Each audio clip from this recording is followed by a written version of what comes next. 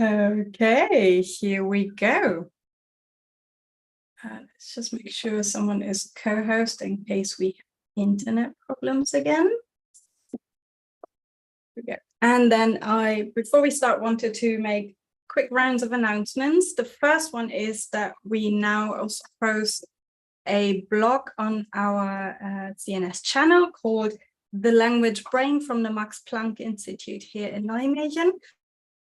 Years up that talks about why and how we do language research here in Nijmegen. Then we're teamed up with Radboud UMC, that's a medical faculty here, and they deliver a series called Neuroimaging, all talks about medical interests, so that's coming soon. And then later today at 4 p.m. we have the premiere of the ChatGPT talk that we had last week, Wednesday. So if you missed it, this is airing today at 4 p.m. on our channel. That's all the announcements I had. Thanks for being here for Neuroccino this morning, 9:30. And today we have Lilith present. Lilith is a PhD student working here in the Netherlands. And Lilith, if you're ready, please share the link and share your screen. Yes. Here's the link, and I share the screen. Can you see it? Yes, if you can zoom in maybe, because there's quite a lot of black on. Perfect. Thank you. Okay, perfect. So yeah, hello everyone. For today's Neuroccino, I chose this paper that talks about a specific technique in the area of artificial intelligence.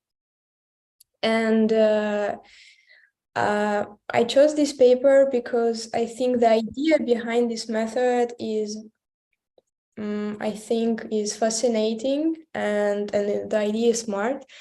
I mean, this method even was used to improve the accuracy in the famous ChatGPT that there will be premiere at 4 p.m. Yeah, it was incorporated there, and it would have not been that good without this method. And so, but what is this transfer learning? So basically, it's something that you can train your model, big model, on a data set that has nothing to do with brain images. So let's say you have a big data set of images like, I don't know, dogs, trees, balloons, so something that we see every day. And there is an available dataset called ImageNet, and one of the versions include around 1 million images. So something that neuroscientists, I don't know if ever will get to this point. So you can train your model on that insanely huge dataset, and then you can use that model that is good at classifying those images and use this model to your specific goals in neuroscience, in neuroimaging analysis. So let's say you want to know if this patient with this MRI will develop full Alzheimer disease in 1 year, let's say. And you can improve your predictions using this method called transfer learning.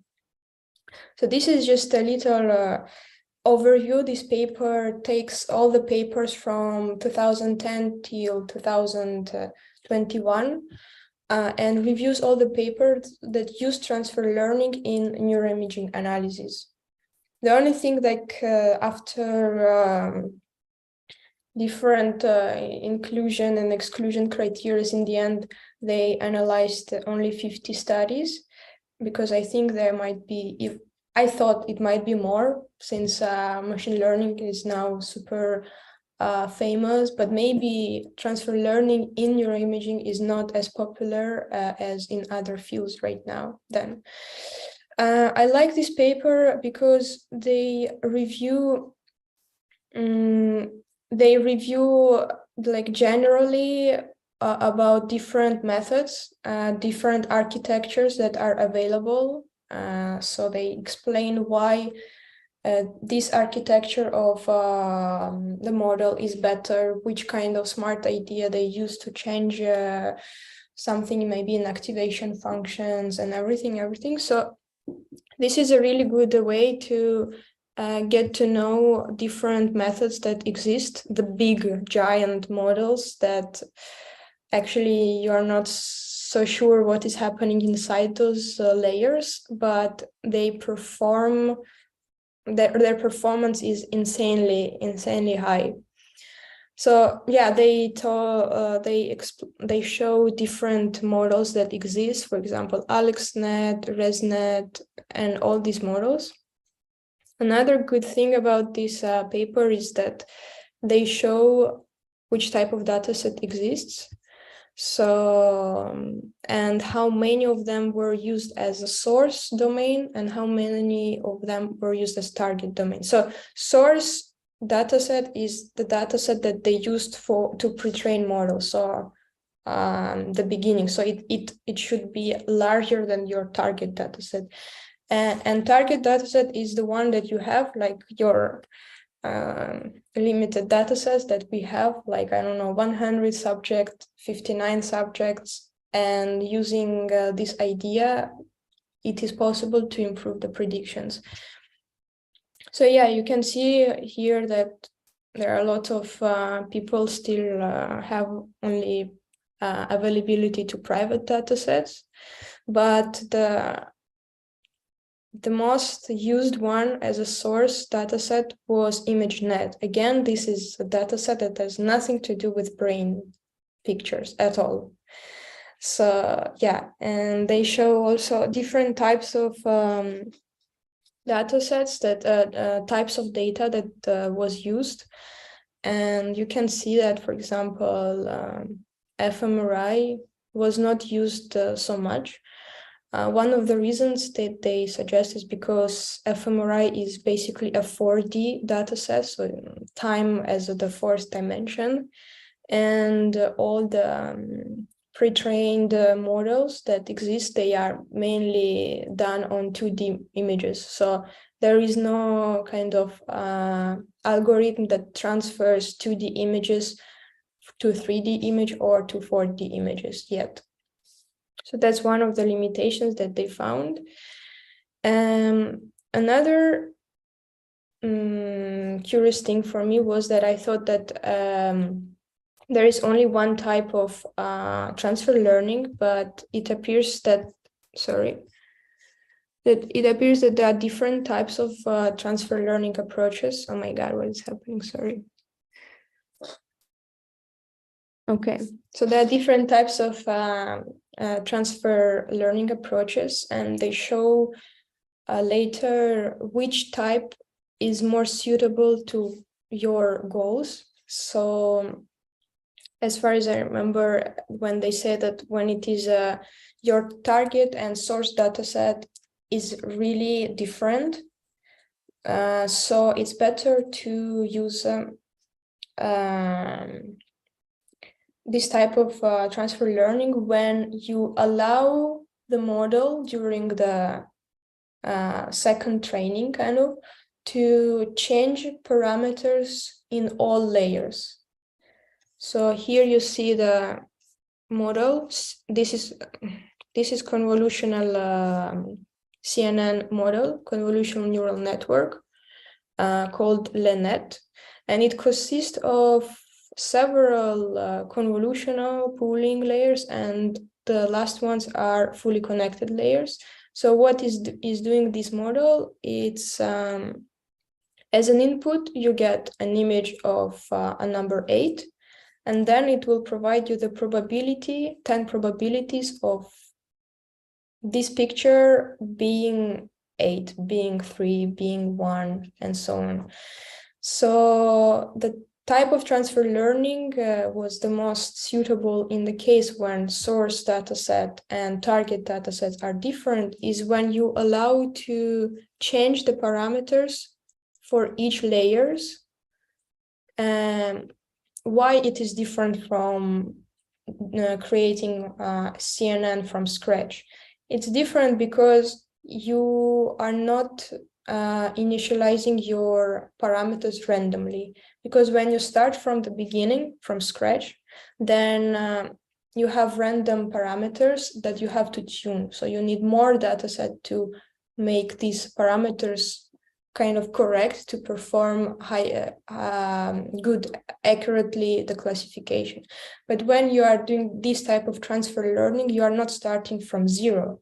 So you have some a priori knowledge about lines and edges, and all these features they also exist in number recognition. They also exist in natural image recognition or classification. That's why these models with transfer learning can perform better, because they require less target. They don't require big target data set, and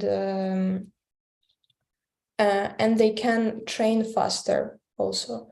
So this is one type of transfer learning. Another one, they talk about, for example, you can freeze all the parameters over here on these layers. And for example, you can allow the model to change the parameters in the last layers.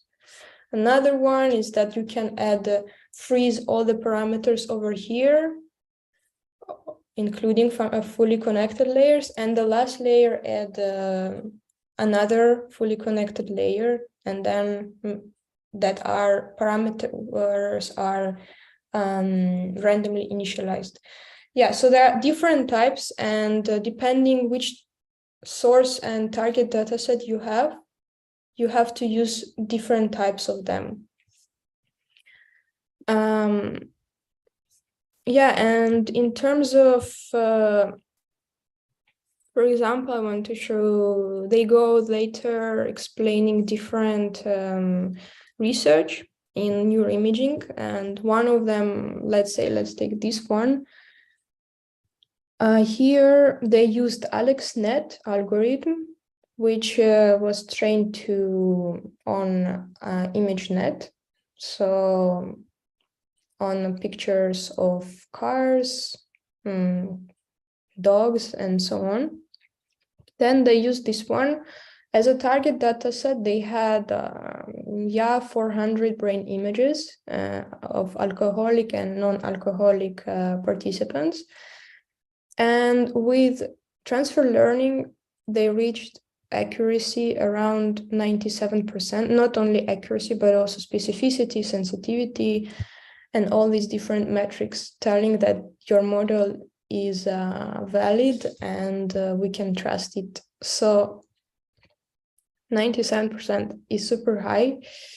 But then you say, okay, 400 brain images is still something sometimes is not available for us to find patients with ischemic strokes, for example. But then if you look to another study that they list they have 57 subjects over here.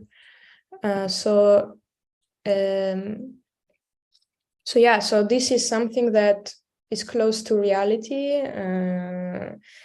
as a target data set, and you can successfully use it, and you will apparently increase your prediction performance. The problem with this, I don't remember that they discuss it, but then, yeah, you will just increase basically the performance, but I'm not sure that you will have an idea what is happening inside this neural network. So it will be some black box, and we will not be able to understand the mechanism of why this patient is more, why the model decided that this patient with this MRI will develop full Alzheimer's disease from mild cognitive impairment. So it will just give you the percentage, the probability, and that's it. So that's why it is a disadvantage of CNN's models in comparison for the simple linear regressions when everything is transparent. But linear regression is not able to reach these accuracies at all with these type of tasks. yeah, and also if you look to other studies that they used different types of transfer learning, so you can see that from 84 you can increase it to 91. So 84% it was a training from scratch, and 91 was with transfer learning. Or another piece, or another study is you have these data for the fully trained model from scratch, and you have this performance if you use transfer learning. Well, sometimes it seems that there is not so much a difference, but in cases that they suggested to use, when I told you to fine-tune the whole model, allow the model to change parameters for the whole model, in those cases, like the performance can be doubled with transfer learning in comparison to full training models. So yeah, I don't know, I feel like this is a really powerful method, and maybe we should try to use it in our research as well, because it seems that it can improve it, or at least we can try to do both and see if there is a difference between those two methods. Yeah, they found different issues, that is the gaps that still has to be fulfilled. For example, as I said, the fourth dimension or third dimension, because there is no publicly available 3D CNN right now. So you cannot take the 3D CNN and apply it to your 3D images. So usually you take the 2D CNN, pre-trained 2D CNN, and then you do some transformations, for example, for your 3D data to make it fit to the model. Yeah, I think this is, I don't know, this was a great paper. I enjoyed it to read it because it has all the information that you want to know, like in general, to know what type of transfer learning you have, what are the strengths, which kind of data is used, which kind of architecture is used. And it shows that it's a powerful method, and it gives you some idea, like, yeah, if you think about neural networks as a child, when child is born, you are not going to give to the child directly to, I don't know, identify what type of tumor is that. So first this child would learn what is a dog, what is a cat, and then you give a specific task that you want in the university. So I think it has some, it has a nice and smart idea that it works also with kids, I guess. I don't know. So yeah, I hope it wasn't so short, but yeah, I wanted just to share with this method that I find fascinating and very smart. Yeah, that's it. Thank you, Lilith. There was already a comment in the chat saying that by now there are several publicly available 3D CNN. Ah, cool. So yeah, this paper was published 1 year ago. So yeah, everything goes so fast that. And just before I open the floor for questions, for clarification, when they talk about MRI, we're talking structural T1 images. I think, yeah. Okay. They don't go into too much details, but the thing that they show, yeah, it just MRI. I guess might be just structurals. But for example, in Alzheimer disease neuroimaging initiative, they have not only T1, they have different. So I don't know, actually, they don't specify. I think maybe just in general, MRI, what type of exactly, it's all inside this big category. Okay. There's plenty of questions, so I'm going to give the floor to Anna because she also wrote the first comment in the chat. Thanks. I was wondering about one thing, namely, you said you talked a lot about increasing the accuracy, right? So it's, I guess, all of the studies they looked at are about classification, image classification, right? and not Most about. of them, yeah, most of them are classification, and most of them about Alzheimer's disease. Yeah. Okay, okay. And so if you looked, or if when they looked about at the or compared the two accuracies, they used the same trainings. They trained the model for the same amount of time, I guess, right? Because otherwise So it would have been biased, right?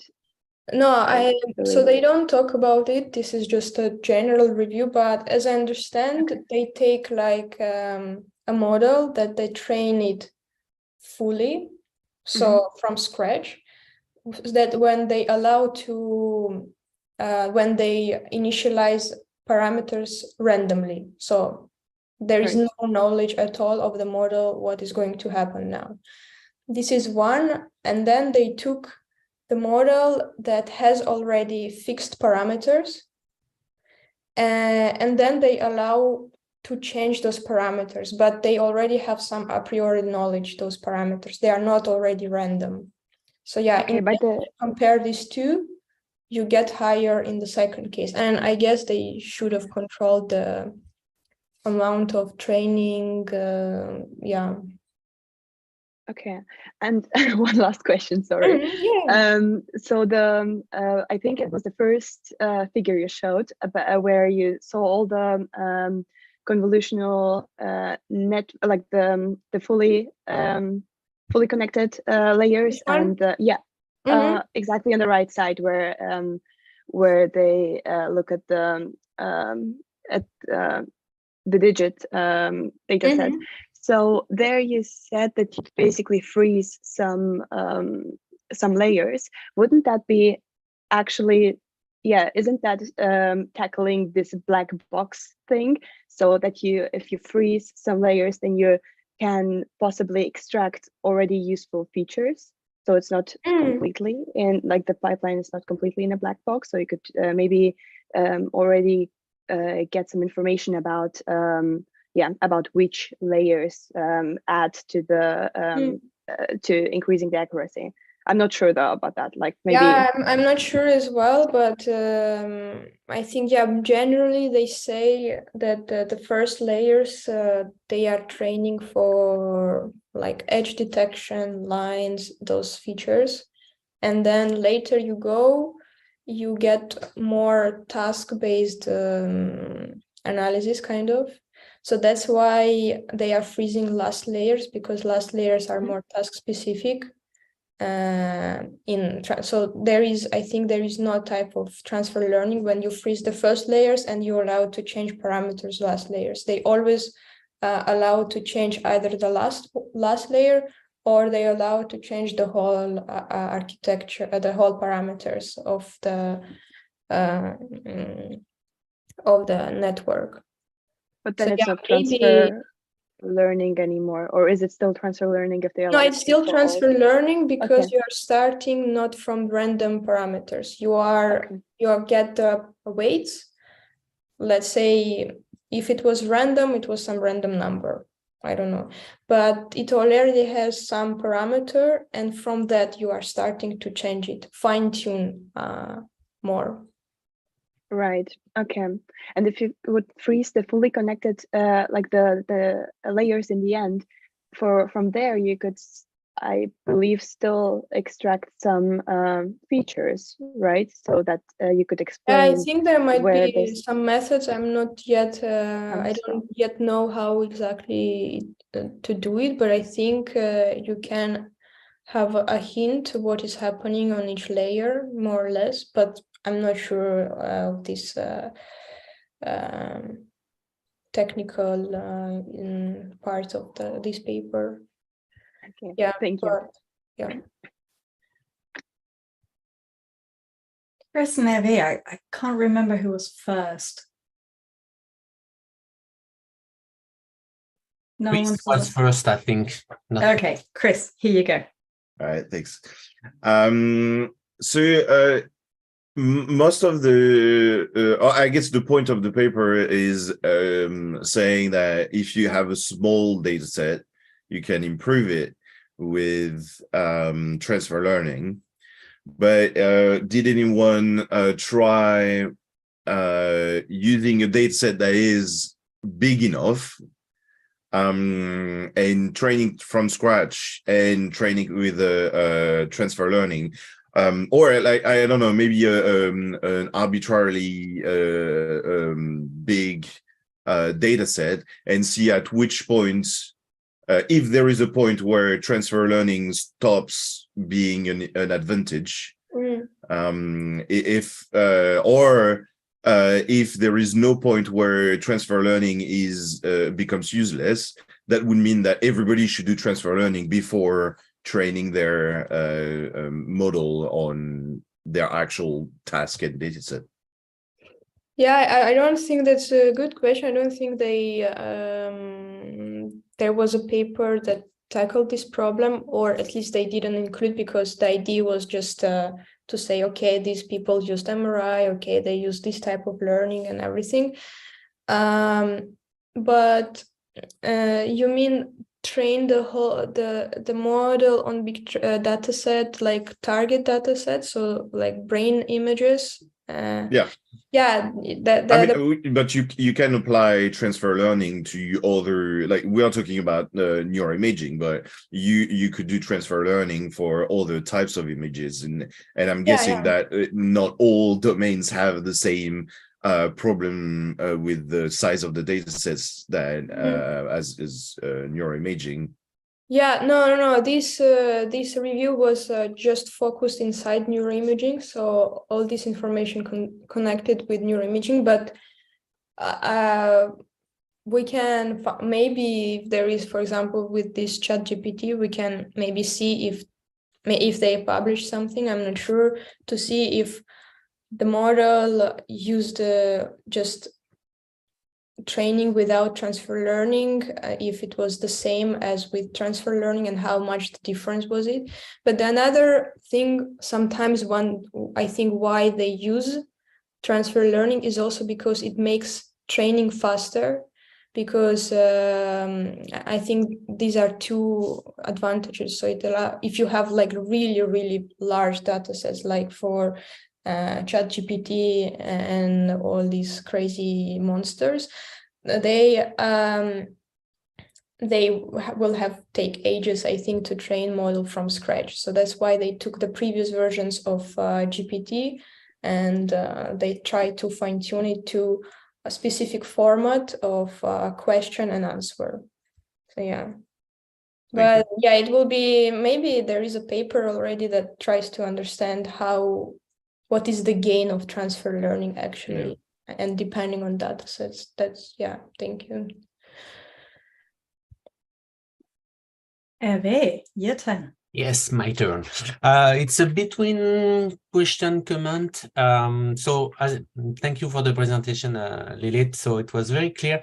So here they describe or they try to tackle these papers on Alzheimer disease. And I think one point is that it's this kind of classification works very well when it's very well defined. So I have a colleague of mine who is working on psychiatric disorders, and the thing is that it works less well with diseases that are well defined. So for example, autism, where there is a spectrum where the classification is harder to do, and also in schizophrenia, for example, where you have different subtypes, and so classification is not the real point. So I don't know if they made some comments on that, or if there is something.